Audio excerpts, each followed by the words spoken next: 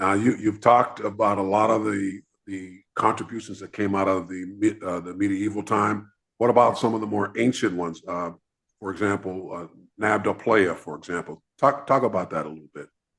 Okay, what was found at Nabta Playa was a series of stones stuck in the ground. And then a white American astrophysicist, Dr. Thomas Brophy, was called to study them. And then when he studied them, he realized, oh my God, these are astronomically aligned. And he put a general date that this must go back to 6,400 BC. And these astronomical alignments include solstices, equinoxes, Orion's belt, this kind of thing. And then he found another bunch of stones that were a long way away. And he noticed they looked higgledy-piggledy. And then he just for fun, measured their distances from the main calendar circle, and then realized that what was being mapped on Earth depicted light years when you're actually measuring the heavens. And so he tested his light years theory and looked at some stars, and then worked out, wait a minute, this is, in mathematics, it's the concept of ratio and scale. But ratio and scale meant calculating the distances of stars. And he's theorizing that the Africans of Nabta Playa was doing this 6,400 BC. Now, was this the precursor to the development of the first calendar? Yes, yes. But in truth, Africans in what is today South Africa did have a lunar calendar going back around, some people say 37,000 years old, some say 42,000 years old, yeah? But they found a bone which had 29 carvings into it, and therefore 30 spaces.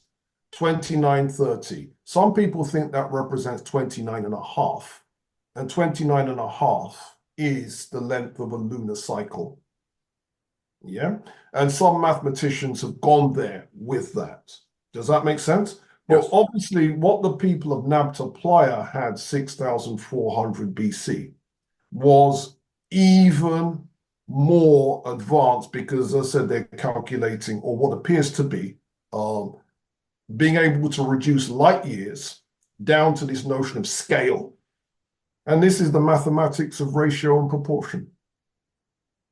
What amazes me about the whole feat is that what kind of stability and peace do you need to plot something like that over an extensive period of time? That's what is so amazing to me.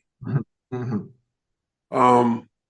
I want to get back into some of the ancient Egyptian stuff.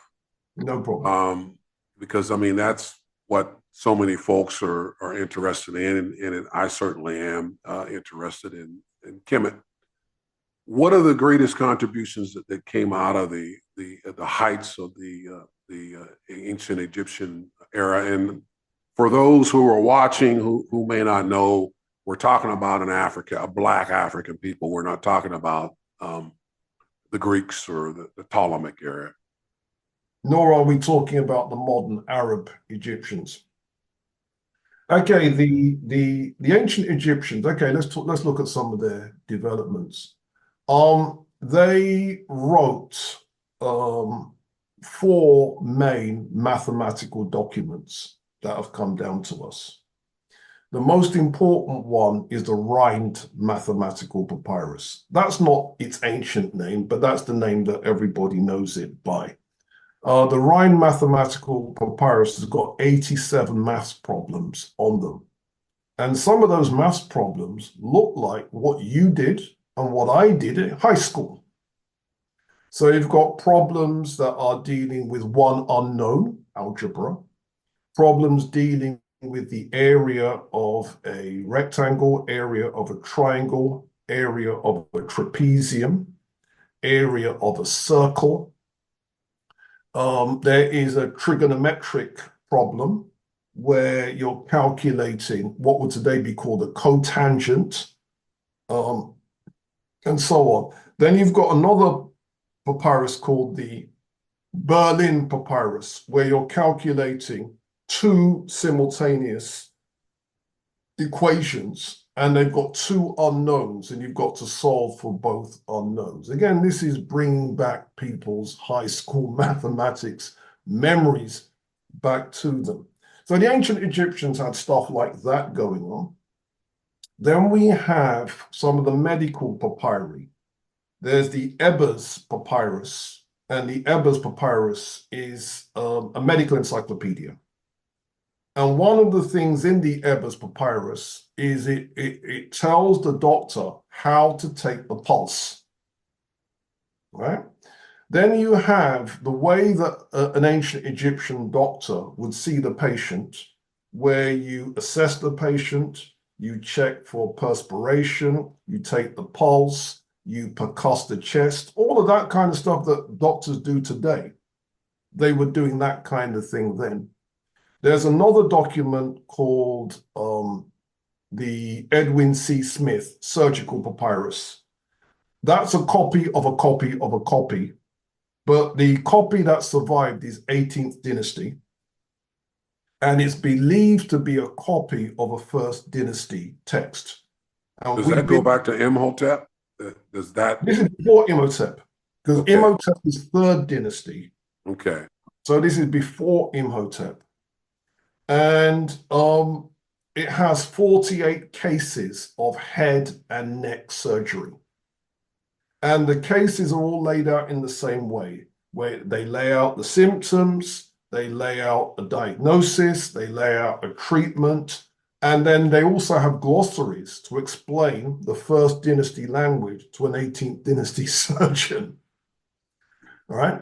And because it's 48 cases, scholars think that it's 1/3 of the original document. They think the whole document would have gone from head to toe and would have had perhaps 150 cases, but they believe that 48 cases have survived. Another area the ancient Egyptians excelled in is sport.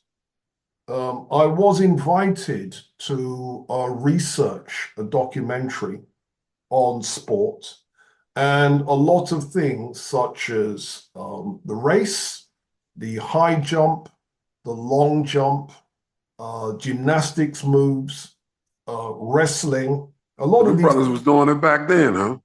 Oh yeah.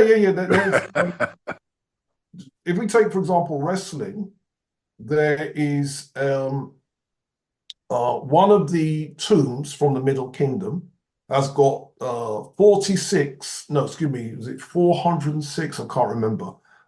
Pairs of people engaged in wrestling moves. Does that make sense?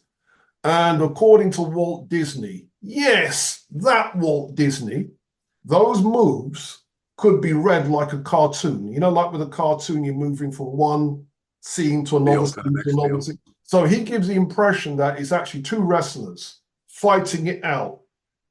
And if you were to show those images to a modern wrestler, they'd be able to tell you, oh, that move is this, that move is that, that move is, and they'd be able to tell you the names of the different moves because those moves haven't changed much in the last 4,000 years or whenever it was. Board games. The ancient Egyptians and the ancient Nubians had a game called Senet. And Senet is the precursor to backgammon. Yeah. So there's a lot that we can therefore pull out of the ancient Egyptian tradition. And yeah, they were a very, very important people who contributed many pages of Black history.